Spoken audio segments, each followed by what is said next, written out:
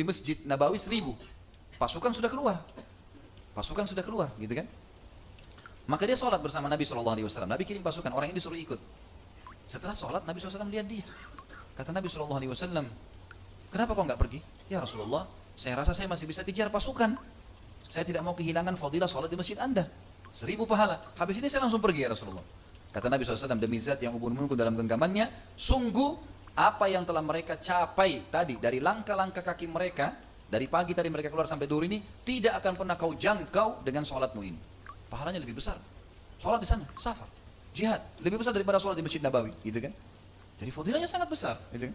Bahkan kita sudah pernah sebutkan hadis Muslim, kata Nabi SAW, makbarrat kadama abdin fisabilillah fatamassuhun nar. Tidak akan pernah disentuh api neraka dua telapak kaki yang pernah tersentuh debunya medan perang, debunya saja. Belum bicara yang lain. Bagi teman-teman yang masih khawatir dengan mati segala macam, mati pasti datang. Mau di ranjang, mau di medan perang, mau di mobil, mau lagi makan, mau lagi tidur, kalau mati datang akan datang. Maka seorang muslim harus menjadikan target hidupnya adalah bagaimana kalau terbuka pintu dia akan jihad. Tapi jihad tentu terbagi lagi ya. Ada yang sifatnya fardu ain, dia akan jadi wajib individual kalau negara atau wilayah kita sedang dicaplok, sedang dijajah. Kayak waktu Indonesia dijajah oleh Belanda sama Jepang, seperti Palestina sekarang dijajah oleh Israel. Atau memang ada sifatnya jihad itu adalah maksud dalam fardu ain juga adalah panggilan komandan pemimpin. Kalau ada pemimpin wilayah misalnya presiden mengatakan jihad, maka itu jadi fardu ain juga harus ikut laki-lakinya. Kemudian yang kedua bisa menjadi sunnah. Sunnah adalah kalau seseorang mau ikut dengan pasukan muslimin yang ada menjaga di perbatasan muslimin atau misalnya ekspansi Islam yang terjadi. Maka ini boleh. Sunnah hukumnya, tapi bukan fardu ain secara individu karena sudah ada pasukan yang ikut berperang. Jihad bisa menjadi makruh ya. Sebagian ulama mengatakan kalau dia pergi dan dia masih punya orang tua dan dia tidak izin dari orang tuanya, bisa jadi makruh. Dan jihad itu bisa menjadi haram bagi dia, bahkan jadi dosa kalau dia itu pergi dan bukan niatnya untuk meninggikan kalimat Allah ya. Sebagaimana kejadian Kazman, salah satu orang Ansar yang mati di perang Uhud setelah membunuh sekian banyak musuh, ternyata sahabat mengatakan orang ini pasti di surga karena bunuh banyak musuh. Kata Nabi SAW dalam sebuah hadis, tidak akan bersatu antara seorang muslim dan kafir di neraka. Kalau dia sudah berhasil bunuh satu orang kafir, Allah jamin baginya surga. Maka para sahabat mengatakan orang ini di surga nih, Kazman nih ya. Maka Nabi SAW mengatakan tidak, dia di neraka. Para sahabat bingung, kok bisa? Orang sekuat ini, orang membunuh sekian banyak musuh. Lalu sahabat ikutin mengintai, karena di medan perang tidak sempat bertanya pada Nabi SAW, mereka ngintai. Ternyata Kazman ini kena sabetan pedang, kakinya sobek, keluar darah, dia kesakitan, dia ke pinggir kancah peperangan, dia turun dari kudanya, lalu dia tusuk badannya sendiri. Dia bunuh diri, lalu dia mengatakan, saya berperang untuk membela kaum saya. Jadi haram buat dia ini, gitu. Karena bahaya sekali.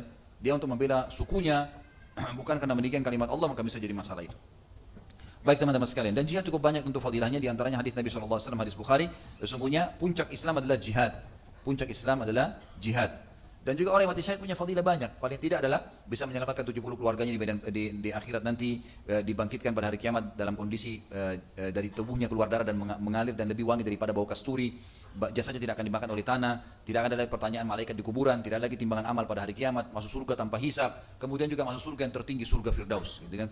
Sementara orang di alam barzah, dia ruhnya berada di pelatuk burung-burung yang berwarna hijau yang berputar-putar di surga. Jadi orang masih di bumi, ini dia sudah di sana, gitu kan. Jadi banyak fadilahnya. Makanya seorang muslim harus jadikan sebagai targetnya. Kalaupun tidak ada, dia berdoa kepada Allah Subhanahu wa taala sebagaimana sabda Nabi SAW yang mulia, semoga Allah memberikan kita ini tentunya. Kata Nabi SAW, man talaba syahadata bisidq ballagahu Allahu manazil asy-syuhada wa in mata ala firashi. Siapapun yang minta kepada Allah mati syahid tulus dari hatinya, maka Allah akan berikan kepadanya mati syahid fadilahnya walaupun dia mati di atas ranjangnya. Jadi harus seorang muslim keluarkan dalam jiwanya masalah itu. Selain fadilah jihad teman-teman, ada perintah untuk menguasai keterampilan jihad. Dan ada beberapa poin yang ditekankan sekali di dalam hadis-hadis Nabi SAW. Kita akan mulai dengan hadis Nabi SAW dulu. Yang hadis ini hadis sahih tentunya. Diriwayatkan oleh Imam Muslim. Kata Nabi SAW, Al-mu'minul qawi khairun wa ahabbu ila Allah minal mu'minul dhaif wa fi kullin khair. Orang mukmin yang kuat secara fisik, punya keterampilan bela diri, keterampilan peperangan yang bisa mengalahkan musuh, punya kecerdasan, punya banyak ide, punya banyak ilmu, ya. Itu jauh lebih dicintai, jauh lebih baik dan lebih dicintai oleh Allah daripada orang mukmin yang lemah. Kata sebagian ulama hadis, lemah, malas belajar, nggak mau menjaga kesehatan tubuhnya, nggak mau punya keterampilan. Ini dikatakan Nabi SAW mukmin yang lemah. Tapi keduanya punya kebaikan. Maksudnya imannya sudah cukup menjadi kebaikan. Lalu kata Nabi SAW, ihris ala ma yanfa'uka wasta'in billah wala ta'jaz. Oleh karena itu, untuk menjadi orang mukmin yang kuat, ini lanjutan hadisnya adalah jaga apapun yang bermanfaat bagimu. Kata sebagian ulama hadis adalah yang bisa membuat namamu harum, yang bisa membuat kamu dikenang, punya ilmu yang bagus, jabatan yang bagus, ya, punya harta yang banyak, itu boleh, silahkan. Ya, semua itu dibolehkan dalam Islam karena kita tidak boleh menghinakan diri kita. Kita boleh memuliakannya malah, gitu kan? Jagalah apapun yang bermanfaat bagimu, yang bisa mengangkat nama baikmu dan seterusnya. Wasta'in billah, dan minta tolong kepada Allah agar dibantu untuk itu. Wala ta'jaz, dan jangan pernah kau putus asa. Lanjutan hadis dikatakan oleh Nabi SAW, dan kalau kalian ditimpa sesuatu, janganlah bilang kalau seandainya, karena kalau seandainya membuka pintu syaitan. Jadi selalu saja kita semangat, optimis untuk melakukan kebaikan-kebaikan. Baik teman-teman sekalian, di sini disebutkan oleh para ulama tentang masalah keterampilan perang yang perlu dimiliki, sekaligus kalau kita bahasakan sekarang olahraga sebenarnya, gitu kan? Dan ini termasuk hal yang perlu digarisbawahi karena Nabi SAW melakukannya. Yang pertama, yang paling ditekankan adalah memanah. Memanah. Ini betul-betul ditekankan oleh Nabi SAW. Beranjak daripada tafsir firman Allah Subhanahu Wa Taala di dalam surah Al-Anfal ayat 60.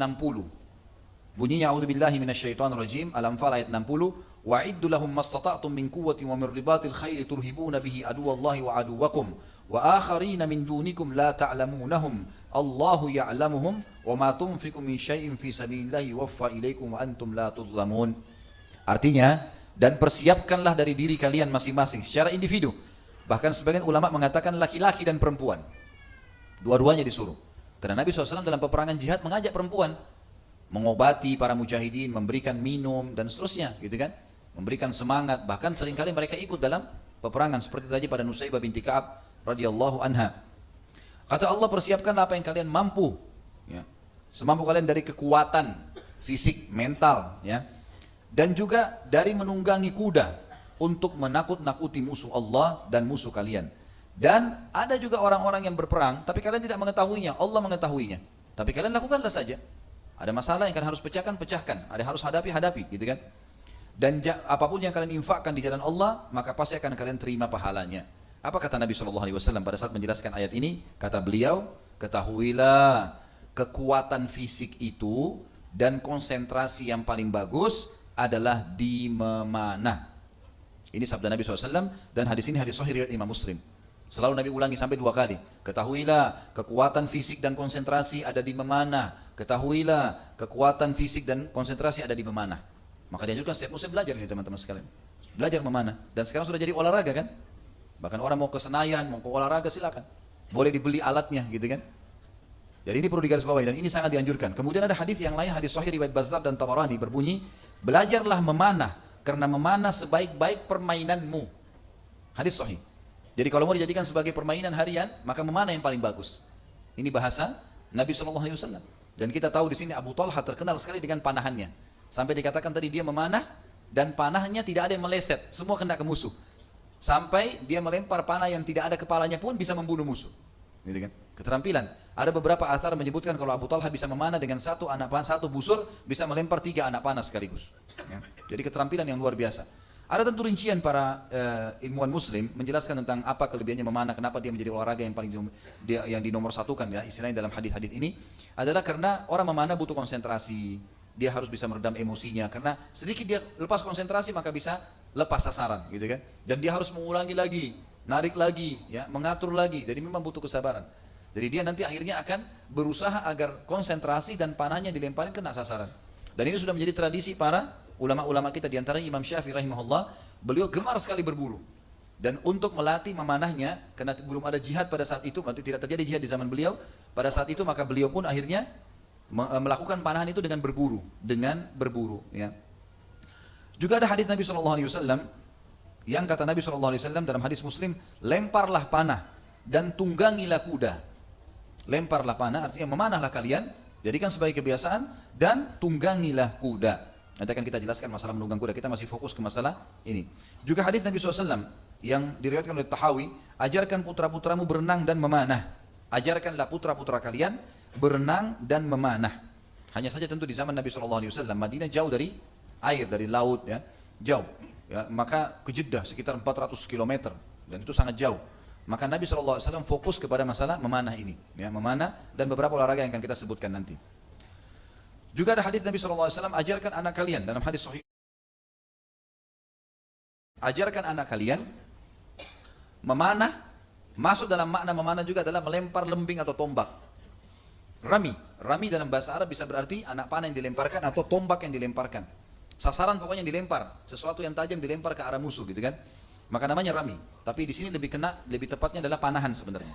Yang jelas maksud dalamnya tombak, lembing, semuanya yang dipakai melempar. Sebagian ulama mengatakan kalau dia belajar melempar pisau dan itu memang melempar sasarannya sama, maka sasarannya sama adalah ke target ke musuh, maka sama juga masuk dalam masalah perintah ini. Ajarkan anak kalian melempar, gitu kan?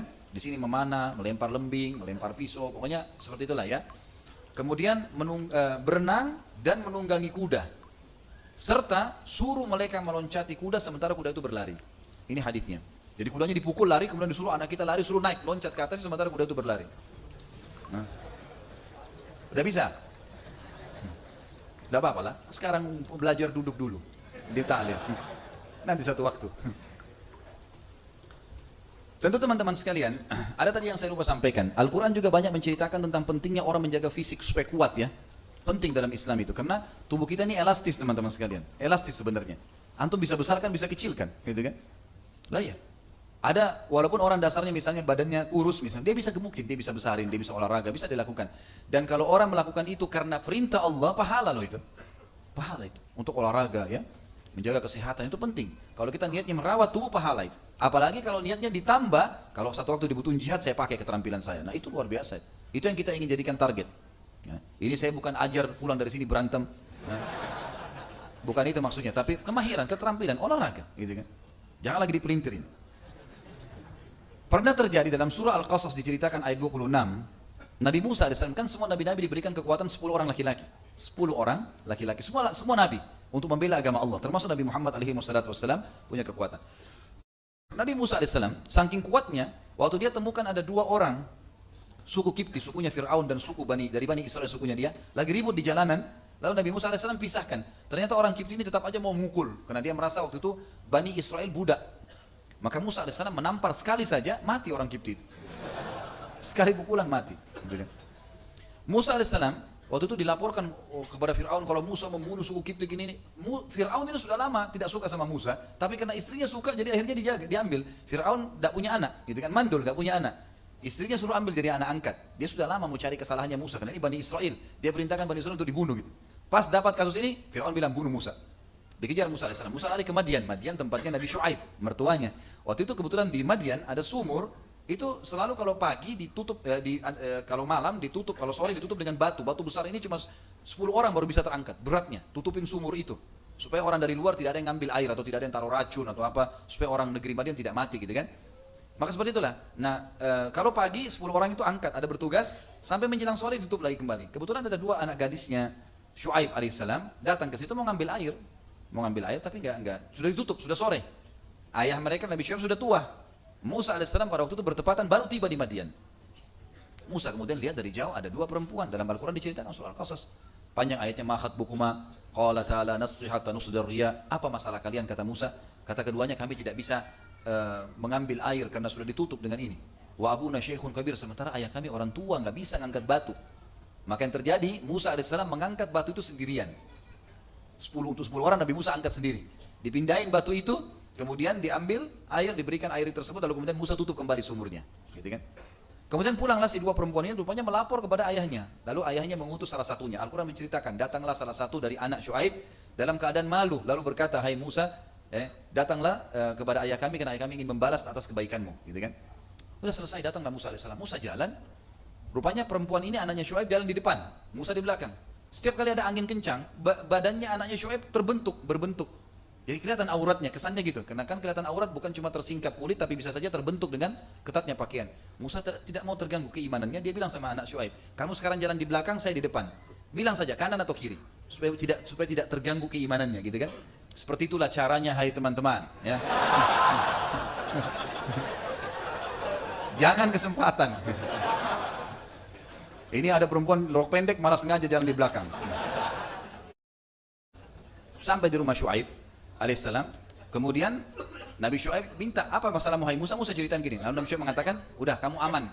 Allah sudah beritahu kepada saya tidak bakal sampai ke sini Fir'aun. Tapi saksi bahasan kita Al-Qasas 26, salah satu anak Syuaib tadi yang datang itu memanggil Musa supaya datang, dia mengatakan, "Ya aba a'udzu minasyaitonir rajim, ya abati istajirhu inna khaira man istajartal qawiyul amin." Hai ayahku, sewa orang ini, pakai tenaganya. Karena sebaik-baik orang yang kamu sewa atau pekerjakan adalah orang yang dua sifatnya, qawiyun amin. Kuat secara fisik, karena Musa angkat batu sendiri. Kita nggak butuh, walaupun telat, kita tiba ngisi air, tetap Musa bisa isi. Dan amin, terpercaya. Terpercaya kata ulama tafsir adalah pada saat lagi jalan tadi tersingkap aurat, Musa AS suruh dia ke belakang. Artinya ini orang luar biasa. Ya, kan? Maka akhirnya Syuaib faham. Syuaib bukan cuma sekedar pekerjakan, Syuaib menawarkan agar menikah salah satu dari dua anak perempuannya, lalu Musa pun menikah AS. Tapi saksi bahasan kita adalah, di sini Al-Quran menyebutkan tentang kelebihan Musa. Qawiyun amin, kuat dan juga terpercaya. Jadi memang kita disuruh itu teman-teman sekalian. Suruh menjaga fisik, suruh menjaga kekuatan kita. Baik, kita masuk yang kedua teman-teman sekalian. Selain daripada memanah adalah menunggangi kuda. Menunggangi kuda, dan ini tidak akan pernah habis waktunya. Walaupun sekarang ada mobil, ada pesawat, tapi kuda disebutkan, lafaz itu. Al-Quran tadi surah Al-Anfal ayat 60 menjelaskan wa mir ribatil khail. Ribatil khail artinya cara mengikat kuda, cara menariknya, cara menungganginya, cara menenangkannya, segalanya berhubungan dengan masalah kuda. Persiapkan apa yang kalian mampu dari kekuatan-kekuatan kalian dan dari urusan kuda nih. Merawatnya, memasang kekangannya, segala macam itu semua harus dipelajari. Ibnu Umar berkata radhiyallahu anhu dalam sebuah riwayat yang sahih, riwayat Bukhari Muslim, Nabi SAW pernah mengikuti lomba kuda yang dikempiskan dari hafaya dan berakhir di thaniyatil wada. Saya jelaskan dulu, yang dimaksud dengan dikempiskan adalah ada kuda-kuda sengaja dirampingkan. Biasanya orang yang pakai bertanding tahu masalah itu, karena kalau kudanya terlalu banyak makan, gemuk dan susah lari. Jadi dinamakan adalah dikempiskan, atau bahasa lainnya kuda terlatih. Nabi SAW pernah membuat pertandingan lomba kuda dari sebuah wilayah namanya Hafaya kepada Thaniyatil Wada. Jaraknya tentu antara ini ya cukup jauh. Sufyan berkata, rahimahullah, seorang ulama tabi'in, Bukhari berkata, jarak antara Hafaya dan Thaniyatil Wada adalah 5 atau 6 mil. 5 atau 6 mil ya. Ini sekian kilo, mungkin sekitar 10 sampai 15 km gitu kan. Pertandingan kuda, dan Nabi SAW ikut sendiri di situ. Serta Abdullah bin Umar perawi hadis pun ikut dalam pertandingan tadi. Dan Abdullah bin Umar melanjutkan dan juga mengatakan Nabi SAW juga ikut dalam lomba kuda yang tidak dikempiskan dari Thaniyatil Wada kepada Banu Zuraik. Lalu kata Sufyan, jarak antara Thaniyatil Wada dengan Zuraik adalah 1 mil. Maksudnya Nabi SAW pernah ikut tanding kuda yang terlatih, juga pernah kuda yang tidak terlatih, kuda biasa saja. Kemudian Nabi SAW juga ngajak para sahabat, ayo kita tanding, lomba sampai ke sana. Dan itu kalau kuda yang tidak terlatih, Nabi SAW menggunakan jarak 1 mil. Kalau kuda terlatih sampai 5-6 mil, gitu kan? Berarti Nabi SAW sini melakukan dan mengajak para sahabat untuk menguasai kuda. Karena tentu bertanding dalam kuda berarti dia harus menguasai kuda itu, bukan hanya sekedar menungganginya. Juga Ibnu Umar meriwayatkan radhiyallahu anhu bahwa Nabi SAW pernah memperlombakan kuda-kuda dan melebihkan jarak bagi kuda-kuda yang cukup umur. Riwayat Imam Ahmad dan Ibnu Hibban. Juga Rasulullah SAW pernah memperlombakan kuda dan memberi hadiah kepada pemenangnya. Riwayat Imam Ahmad. Jadi ini menandakan bolehnya kalau ada pertandingan olahraga mendapat hadiah. Motivasi. Juara kelas kah, juara olahraga kah, juara apalah ya, itu boleh dikasih hadiah. Enggak ada masalah. Dan ini hadis sahih riwayat Imam Ahmad, Nabi SAW berikan sahabat yang menang, diberikan hadiah. Tapi tentu rincian tentang apa yang dikasih belum kita temukan, gitu kan? Saya pribadi teman, mungkin ada dikasih hadiah kurma, mungkin dikasih sesuatu, pakaian dan sesuatu, itu tidak tahu. Tapi ulama mengambil hukum di sini bolehnya memberikan hadiah. Dikatakan juga dalam hadis, kata Rasulullah SAW, tidak boleh atau tidak sebaiknya perlombaan dilakukan pada unta, panah dan kuda. Sebaiknya perlombaan dilakukan pada unta, panah dan kuda. Artinya Nabi SAW memotivasi olahraga ini, menunggangi kuda dan unta dan memanah. Dan ini selalu dijadikan sebagai pertandingan supaya dia menjadi kebiasaan muslimin, itu yang dimaksud, gitu kan? Sebagian ulama hadis menarik ini, mengatakan ini bisa ditarik dalam semua kebiasaan yang membawa kepada kesehatan. Misal orang sekarang kalau kuda dia sulit, mesti di kota, tidak mungkin ada tempatnya jauh dan sulit, dia misalnya keterampilan bawa mobil, keterampilan naik motor ya. Tapi tentu di sini bukan ugal-ugalan ya, dia pada tempatnya. Ada orang luar biasa gitu ya. Saya pernah lewat di satu tempat di Jakarta ini, belum lewat subuh, menjelang subuh ada ceramah waktu itu. Menjelang subuh, mereka bukannya ke masjid malah balap-balapan motor, tidak pakai helm dan segalanya, mengganggu orang di jalan. Akhirnya orang pada nunggu, padahal orang punya banyak hajat, ini kan? Bukan ini yang dimaksud. Tapi keterampilan memang kalau dia memang masuk ke mana dia berlatih atau mungkin pada saat dia pakai kendaraan dia coba keterampilannya, tapi bukan mengganggu orang lain. Ini semua insya Allah masuk di dalamnya. Dan apapun yang berhubungan dengan masalah yang ditunggangin masuk dalam makna hadis ini. Yang ketiga teman-teman sekalian adalah berenang. Dan ini sesuai dengan sabda Nabi SAW, ajarkan anak kalian memanah, berkuda dan berenang. Dan kita tahu berenang adalah melatih pernafasan, melatih kesabaran, ya, melatih tulang-tulang, otot-otot, ini semua bagus, ya. Dan berenanglah teman-teman dengan dua hal pesan saya. Yang pertama, hindari tempat-tempat kemaksiatan, gitu kan. Jadi jangan sampai, oh Nabi kan suruh berenang, tidak apa-apa masuk kolam renang ini kan. Jangan. Di situ ada orang perempuan telanjang, jangan masuk di situ. Kan itu. Jadi jangan kena sunnah berenang lalu kita main sembarangan saja, kan sunnah. Ya sunnah, tapi matanya juga haram. Jadi harus dijaga kan gitu. Nah di sini bisa seseorang melatih misalnya, saya tahu ada beberapa ikhwah yang melakukan berenang karena dia butuh untuk melatih dirinya, maka dia datang ke kolam renang tapi di waktu pagi, di awal pagi dibuka, habis subuh nggak ada orang, dia bayar kemudian dia berenang, dia melatih, dia sampaikan ke saya sendiri, gitu kan. Kalau ini sangat bermanfaat buat saya, gitu. Karena dia punya penyakit sesak nafas, sampai dia kadang-kadang harus menggunakan alat, sekarang sudah sembuh karena dia berenang saja. Ya, ada beberapa orang yang melakukan itu dan ini sangat positif gitu kan, atau mungkin orang ke laut ya, ke tempat yang luas atau sungai dan seterusnya, ini mungkin dia bisa lakukan. Dan ini sebuah keterampilan yang sangat bagus sekali. Kalau di Saudi ada satu hal yang positif ya, tapi saya tidak tahu di Indonesia mungkin kita bisa samakan dengan orang sewa villa ya. Villa-villa mungkin di tempat-tempat rekreasi, mungkin di puncak di mana, kemudian dia sewa, mungkin ikhwah sama ikhwah, kemudian mereka menggunakan kolam renang yang ada. Mungkin seperti itulah, karena di Saudi biasa begitu. Dulu kami kalau waktu masih mahasiswa, di waktu-waktu tertentu kami liburan dengan teman-teman mahasiswa, tentu semuanya laki-laki pada saat itu, kemudian kami sewa villa, ada kolam renang, lalu kemudian kita buat pertandingan, gitu kan, olahraga atau ikhwah-ikhwah yang memang sampai ada teman-teman, masya Allah dulu memang pelatih berenang, lalu kemudian dia melatih ikhwah-ikhwah untuk itu. Ini juga sangat positif dan insya Allah diniatkan karena Allah Subhanahu Wa Taala. Yang keempat teman-teman, lomba lari. Dan lari ini sangat penting untuk dilakukan dan Nabi SAW mempraktekannya sebagaimana dalam hadis yang sahih. Disebutkan bahwasanya Aisyah mengatakan dalam hadis riwayat Ahmad dan Abu Daud. Kata Aisyah anha, saya pernah diajak oleh Nabi SAW berlomba lari dan saya mengalahkan beliau. Tapi pada saat tubuhku sudah gemuk, maka Nabi SAW mengalahkanku. Gitu kan? Lalu Nabi SAW bersabda, wahai Aisyah, kemenangan ini adalah bayaran daripada kekalahan saya yang lalu. Sebagian orang cuma mengatakan ini romantisnya Nabi sama Aisyah. Tapi ini sempit kalau cuma sekedar itu. Tapi Nabi SAW memang sekalian melatih istrinya olahraga memang. Gitu kan? Dan sebagian ulama hadis mengatakan Nabi SAW membiarkan Aisyah menang pertama untuk membesarkan jiwanya, karena Nabi pasti menang semestinya gitu kan. Jadi bolehlah antum kalau aja istri lari kasih jiwanya besar, oh yang menang, masya Allah. Jadi yang jelas lomba lari gitu kan. Dan juga disebutkan dalam banyak riwayat yang sahih, diantaranya dinukil oleh Ibnu Qayyim rahimahullah dalam buku yang sangat mulia tentang keterampilan ketangkasan berperang gitu kan, tapi masih dalam bahasa Arab. Saya nggak tahu bahasa Indonesia ini ada atau tidak. Tapi buku ini sangat lengkap sampai manfaat-manfaatnya, sampai jenis-jenis anak panahnya, segala macam dirincikan luar biasa. Khilaf diantara ulama tentang mana boleh, mana nggak boleh, panjang lebar, buku yang sangat lengkap. Di antaranya adalah para sahabat sering berlomba lari. Jangan mereka berlomba lari mengelilingi Madinah, gitu kan? Para sahabat mereka berlomba lari dan Nabi SAW motivasi mereka untuk itu, memotivasi mereka untuk itu. Dan kita tahu teman-teman, lari dan jalan ini selain memang olahraga yang sudah dikenal secara internasional, kita punya ibadah dalam Islam memang menggunakan olahraga ini. Misal haji dan umroh, ada tawaf, ada sa'i, di sa'i ada berlari, kan gitu. Ada olahraga gitu. Ya, dan itu olahraga memang kita melakukan sampai keringatan, gitu kan. Orang olahraga dan mau tua mau muda tetap lakukan sama tawaf, kecuali dia tidak mampu sama sekali baru pakai alat, gitu ya. Kalau enggak mereka jalan, mereka lari. Kita tahu juga di Mina, di Muzdalifah, di Arafah, di zaman Nabi SAW mereka berjalan kaki. Mereka berjalan kaki dan ini berarti menandakan kita punya agama memang itu. Kita tahu motivasi untuk ke masjid, ya. Dengan gantung dengan fadilah jalan kaki. Makin jauh makin besar pahalanya, kan gitu. Karena makin banyak langkahnya, berarti kan ada hubungannya dengan masalah itu, ya. Dan ini juga termasuk disebutkan dalam riwayat.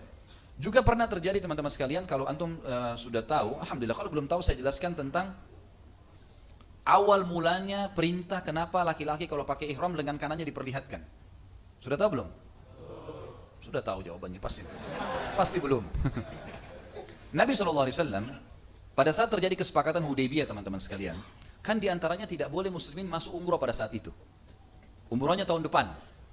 Maka setelah terjadi kesepakatan Hudaybiyah, Nabi SAW menyerang Khaybar segala macam, menang. Akhirnya tahun depannya Nabi ingin umroh, namanya umrah qadha. Quraisy nggak bisa tahan lagi karena ada kesepakatan. Muslimin boleh masuk 3 hari. Maka Abu Sufyan waktu itu belum masuk Islam. Abu Sufyan supaya orang-orang Mekah mau keluar dari Mekah, dia sebarin isu. Abu Sufyan bilang, muslimin sedang kena penyakit kuning. Ya. Penyakit kuning ini di zaman dulu, mereka anggap penyakit kuning itu orangnya lemah badannya, bisa anggota tubuhnya luka-luka, terus menular, segala macam. Penyakitnya tidak baik gitu. Supaya tujuannya agar masyarakat Mekah mau keluar, karena kalau mereka tinggal di Mekah, akhirnya muslimin masuk jumlahnya ribuan orang, bisa banyak masuk Islam. Waktu itu Abu Sufyan belum masuk Islam tentunya gitu kan. Maka beliau mengatakan, Dia mengatakan keluar semuanya. Kalau tidak nanti kalian kena penyakit kuning ini menular. Maka orang-orang Mekah semua pada keluar. Mereka tinggal di gunung-gunung di sekitar Ka'bah. Mereka lihat muslimin. Nabi SAW dengar kalimat itu. Dengar masalah ini. Lalu beliau mengatakan, Allah akan merahmati siapapun yang hari ini menunjukkan kekuatannya. Perlihatkan lengan kanan kalian. Lipat kain ihram di bawah. Ketiak sebelah kanan. Dilihatkan kan? Dan berlarilah. Berlari kecil lah sementara tawaf. Dan berlari kecil teman-teman beda dengan lari cepat. Orang berlari kecil tapi dengan menggunakan kekuatan, kayak lari di tempat tapi dengan kekuatan itu lebih banyak menyerap tenaga. Kita tidak dibantu oleh adanya angin atau apa kan gitu. Kalau orang lari mungkin masih ada angin, masih ada pijakan yang bisa kita lakukan, itu lebih ringan dibandingkan orang lari di tempat. Lebih meletihkan gitu kan. Nabi SAW suruh berlari kecil sementara tawaf. Lihatkan lengan sambil membaca talbiyah. Pada saat dilakukan itu orang-orang Quraisy bilang, tidak mungkin orang sakit kuning begini. Nih, luar biasa kekuatannya dengan suara kaki mereka lari di tempat jarang. Maka ada perintah itu dan jadilah sunnah sampai sekarang. Sampai sekarang disunnahkan bagi laki-laki berlari kecil di putaran tawaf. Tentu kalau tidak lagi padat ya. Itu apalagi pada saat itu memperlihatkan kekuatan kepada orang-orang musyrik. Dan ini termasuk terjadi. Yang kelima teman-teman sekalian, setelah tadi tentunya memanah, menunggangi kuda, berenang, berlari. Kemudian yang kelima adalah memainkan pedang. Dan Nabi SAW termasuk orang yang sangat mahir memainkan pedangnya. Ya. Begitu pula dengan para sahabat. Dan kita tahu kisah bagaimana para sahabat memainkan pedang-pedang mereka, diantaranya Zubair yang bisa membelah dua orang musyrik kafir Mekah. Dibelah dua dengan kekuatannya gitu kan pada saat terjadi perang Khandaq. Itu bagaimana kekuatannya gitu. Dan luar biasa bagaimana Ali bin Abi Thalib juga bisa membunuh salah satu orang kafir Quraisy yang ditebaskan dari kemaluannya, terbelah sampai mendekati dadahnya. Dan seterusnya gitu kan. Dan punya kekuatan. Dan Nabi SAW memerintahkan itu, membolehkan para sahabat untuk melatih keterampilan selain fisik dan juga memainkan pedang ini. Dan juga kita tahu Nabi SAW membiarkan orang-orang Habasyah, orang-orang Ethiopia, terkenal mereka ahli membuat pedang dan suka memainkan pedang itu, punya keterampilan. Itu menunjukkan di depan para sahabat di masjid dan Nabi SAW membiarkannya. Sempat waktu itu Umar lihat, ada orang-orang dari Habasyah, bukan muslimin, datang mau menawarkan, mau menunjukkan keterampilannya. Nabi ajak ke masjid. Umar begitu masuk, lihat orang-orang ini mainkan pedang di masjid, dilempari batu. Sama Umar dilempari batu gitu kan, suruh bubar. Kata Nabi SAW, biarkan hai Umar, karena saya yang memerintahkannya. Maka Umar pun duduk akhirnya melihat bagaimana keterampilan mereka. Dan juga hadis Bukhari yang menjelaskan bagaimana Aisyah pun berkata, ya Rasulullah saya juga ingin lihat. Lalu Nabi SAW meletakkan Aisyah di punggung belakangnya, lalu mengangkatnya sehingga Aisyah bisa melihat dari dalam rumahnya ke arah masjid. Dan ini berarti membolehkan, Nabi SAW membolehkan itu. Dan Nabi SAW membiarkan para sahabat menyiapkan pedang-pedang mereka ya. Kemudian yang keenam teman-teman sekalian adalah gulat, bergulat. Dan ini sudah masyhur kisah Nabi SAW memotivasi para sahabat setiap kali mereka kumpul, selain memanah, selain menunggangi kuda, melempar tombak, dan beliau seringkali membiarkan para sahabat untuk bergulat. Dan pernah dalam satu kasus Ali bin Abi Thalib bergulat dan beliau sama Umar bin Khattab radhiyallahu anhu yang terkenal dengan punya kekuatan fisik yang sulit untuk dikalahkan. Dan kita tahu gulat memeras tenaga banyak sekali sehingga akhirnya membuat sulit untuk gulat untuk melawan orang yang kedua atau orang yang ketiga karena butuh energi. Tidak boleh melukai tapi bisa menekuk ya sampai orang itu sudah tidak mampu. Alhamdulillah. Kita tahu sekarang teman-teman sekalian pada saat itu Ali bin Abi Thalib sempat mengalahkan 3 orang dari sahabat dan sangat kuat. 3 orang dikalahkan gulat dan ditekuk sampai orang itu mengaku kalah. Kalau masih bisa dilepaskan, lawan lagi, begitu terus. Maka Ali bin Abi Thalib pada saat itu merasa sedikit, oh ini siapa lagi nih yang mau maju? Nabi SAW bilang, hai Ali, pergilah ke belakang bukit sana, kau akan temukan orang yang akan mengalahkanmu. Ali kena penasaran, pergi ke sana, pergi ke belakang bukit jauh. Begitu dia datang ke sana, ternyata ditemukan di sana ada orang pakai cadar, surban, ditutup semua alisnya dan juga hidungnya sehingga cuma kelihatan bola matanya saja. Lalu membuat ring.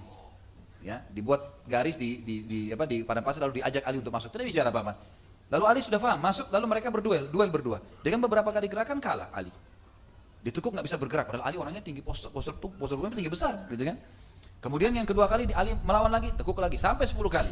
Ali kalah. Begitu Ali kalah, Ali mengatakan saya mengaku kalah, tapi saya ingin tahu siapa Anda. Dibuka cadarnya ternyata Nabi SAW.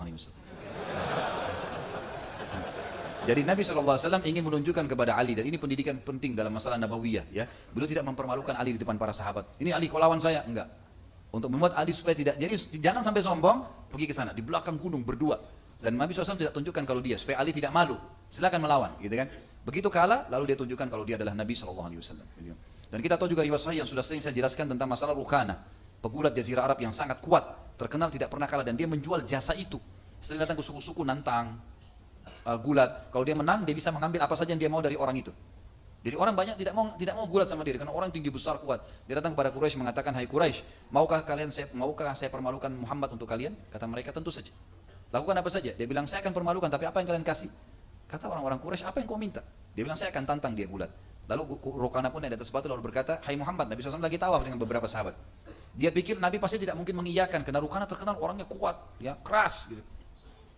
Maka dia bilang, hai Muhammad, kau mau saya beriman? Kata Nabi SAW, tentu saja. Dia bilang, kalahkan saya bergulat. Kalau kau kalahkan saya bergulat, saya akan beriman. Dia kaget tetapi mengatakan, baiklah. Ya. Ditantang depan umum, dan ini sifat seorang mukmin, gak boleh lemah depan orang kafir. Ditantang, iyakan saja, gitu kan.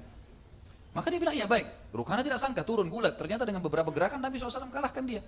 Dan ini menandakan keterampilan yang luar biasa dari baginda Nabi SAW, gitu kan. Dan 2 kali, 3 kali sampai Rukana akhirnya berkali-kali kalah, sudah rasa malu. Dia mengatakan, baik Muhammad, saya mengaku kalah. Tapi saya tidak mau beriman. Sampai pohon ini bicara, ditunjuk pohon kurma. Lalu anehnya di situ, saya sebutkan ini dalam mujizat Nabi SAW, pohon itu pun akhirnya mengatakan, asyhadu an la ilaha illallah wa anna Muhammad Rasulullah. Pohon bisa syahadat pada saat itu. Dan ini mujizat Nabi SAW. Tapi kita masuk dalam masalah gulat. Dan ini teman-teman sekalian masuk dalam kata para ulama. Tentu kalau kita rinci satu persatu cukup panjang, tapi yang jelas kata para ulama, semua mahara ammah, semua keterampilan yang umum, yang sifatnya berolahraga dan bisa melatih fisik. Melatih fisik, maka itu masuk dalam sunnah Nabi SAW. Ya. Tapi di sini tidak masuk teman-teman sekalian dalam masalah olahraga otak. Ya. Orang biasa mengatakan catur juga olahraga. Ya. Ini dari mana ini sekarang teman-teman sekalian? Saya mau tanya. Ya. Betul nggak orang kalau naik kuda tuh jalannya L? Hah? Di medan perang, memang begitu jalannya. Hah? Bukan ditebas sama musuh nanti kalau begitu. Luncur itu jalan lurus. Gimana cara bisa lurus? Ya, tidak mungkin, miring maksud saya. Ya. Dan seterusnya lah, ya. Sifat-sifatnya macam-macam di situ. Itu dengan alasan olahraga otak. Olahraga otak. Olahraga otak itu hafal Quran, hafal hadis, gitu kan? Menghafal itu olahraga otak itu. Bukan dengan cara seperti itu. Tapi olahraga yang berhubungan dengan kekuatan fisik itu sunnah. Apapun sifatnya. Kata ulama masuk dalam masalah karena semua ini mana, nunggangi kuda, lari, berenang, gitu kan? Ini semua teman-teman sekalian gulat untuk fisik. Berarti larinya ke situ. Dan ternyata kata para ulama, kekuatan fisik yang dilatih itu akan mencerdaskan akal. Hubungannya di situ.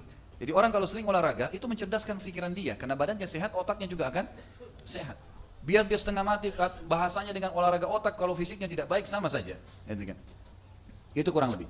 Baik, kemudian teman-teman sekalian kita pindah ke masalah yang kesembilan, adanya fadilah syaja'ah, keberanian. Selain keterampilan harus ada keberanian. Dan ini dalam Islam ditekankan sekali, tidak ada sifat pengecut bagi seorang muslim. Dan kita tahu, lari dari kancah peperangan dosa besar. Dan kita lihat di sini Abu Talha radhiyallahu anhu bagaimana membela Nabi SAW, sampai tinggal dia dengan Nabi saja, dia masih memasang tubuhnya untuk menjadi tameng, gitu kan. Nah, ini keberanian yang luar biasa ini. Sementara banyak sahabat yang sudah meninggalkan Nabi SAW pada saat itu. Tapi dia datang, dan ini fadilah syaja'ah. Dan kita tahu syaja'ah ini teman-teman atau keperkasaan ya, keberanian ini, kalau memang dia pada tempatnya, maka itu terpuji. Misal membela agama Allah, ya, dia tunjukkan. Dan bukan keperkasaan ini diperlihatkan dari memukul istri misalnya, mukul anak, ya, tunjukin kepada anak kecil, ya, atau adik kelasnya, atau dia tindas bawahannya. Ini semua bukan masuk dalam masalah keperkasaan. Memang keperkasaan kata ulama masuk dalam masalah kalau dia membela kebenaran dengan kekuasaan fisiknya, itu keberanian namanya, itu keperkasaan. Dan ini sangat terpuji dalam agama Islam. Dan kita tahu di antara doa Nabi SAW, Allahumma inni a'udzubika minal jubni wal bukhl. Ya Allah, jauhkan aku dari sifat pengecut dan pelit. Jadi kita tidak boleh pengecut teman-teman sekalian. Jangan hak kita diambil orang lain lalu kita berikan, tidak. Kalau itu hak kita, kita bela, gitu kan. Semampu kita. Dan kata Nabi SAW, siapa yang meninggal karena membela kehormatannya, mati syahid. Kan itu. Berarti ada perintah itu. Dan ini fadilah tersendiri. Ini pelajaran yang ke-9 yang bisa kita ambil tentang masalah syaja'ah. Kemudian yang ke-10 teman-teman sekalian adalah mengembalikan segala sesuatu pada ahlinya agar target terpenuhi. Yang saya masukkan sini pelajaran diambil daripada Abu Talha, waktu lihat perilaku istrinya tadi menyembunyikan atau menunda pemberitahuan tentang matinya anaknya, dia nggak langsung menghakimi dan memvonis istrinya. Tapi dia kembalikan kepada Nabi SAW, dia mengatakan, kenapa kau biarkan saya makan sampai kenyang dan menikmati tubuhmu, kemudian kamu tidak memberitakan? Saya akan lapor ini kepada siapa? Nabi SAW. Artinya, saya mau tahu hukumnya, boleh nggak ini perilakumu ini? Dan ini kembalikan sesuatu pada ahlinya. Nabi SAW juga mengembalikan anak-anak panah, busur-busur panah pada saat ada sahabat yang lewat mendekati Nabi SAW waktu sudah terdesak tadi. Kemudian mereka mau memanah musuh, kata Nabi SAW berikan kepada Abu Talha. Dikasih kepada ahlinya, yang lebih ahli itu lebih menguasai. Kita tahu juga pernah ada sahabat yang mimpi mendengarkan kalimat azan, lalu Nabi SAW suruh ajarkan kepada Bilal Kata Nabi SAW, karena Bilal lebih indah suaranya daripada kamu. Jadi memberikan pada ahlinya itu penting. Bahkan kata Nabi SAW, kalau kalian mengembalikan perkara bukan pada ahlinya, tunggulah kehancuran. Gitu kan? Jadi harus kita kembali pada ahlinya. Gitu. Ini juga pelajaran. Yang ke-11 teman-teman sekalian adalah pentingnya membawa setiap anak yang baru lahir kepada orang saleh, agar orang saleh itu mentahniknya, mengunyah kurma, lalu kemudian membiarkan si bayi itu mengisapnya. Sebagaimana perilaku tadi Abu Talha dan Anas bin Malik yang membawa bayi yang baru lahir yang bernama Abdullah kepada Nabi SAW. Dan ini tradisi para sahabat, gitu kan? Bagaimana mereka membawa kepada Nabi SAW dan Nabi langsung mentahnik, minta kurma ajwa Madinah, mengunyahnya lalu menempelkan di langit-langit bayi tersebut, lalu kemudian diisap. Sebagian ulama menentukan mengatakan ini paling baik dikerjakan di masa 7 hari pertama dari masa lahir, sampai menunggu akikahnya. Dan itu akan membantu dia untuk lebih mudah untuk meminum ASI dari ibunya, menguatkan fisiknya, karena kurma sangat sehat. Ini diantaranya. Dan juga orang soleh itu memberikan dia nama, sebagaimana Nabi SAW memberikan nama. Jadi bukan cuma tahnik, minta nama yang baik. Maka Nabi SAW memberikan nama Abdullah. Dan juga minta agar orang itu mendoakan sebagaimana Nabi SAW mendoakan Abdullah. Dan akhirnya Abdullah diberkahi oleh Allah hidupnya, diberikan dikarunia 9 orang anak laki-laki, semuanya juga hafal Al-Quran. Selain Abdullah sendiri juga begitu. Yang ke-12 teman-teman, bolehnya perempuan ikut jihad.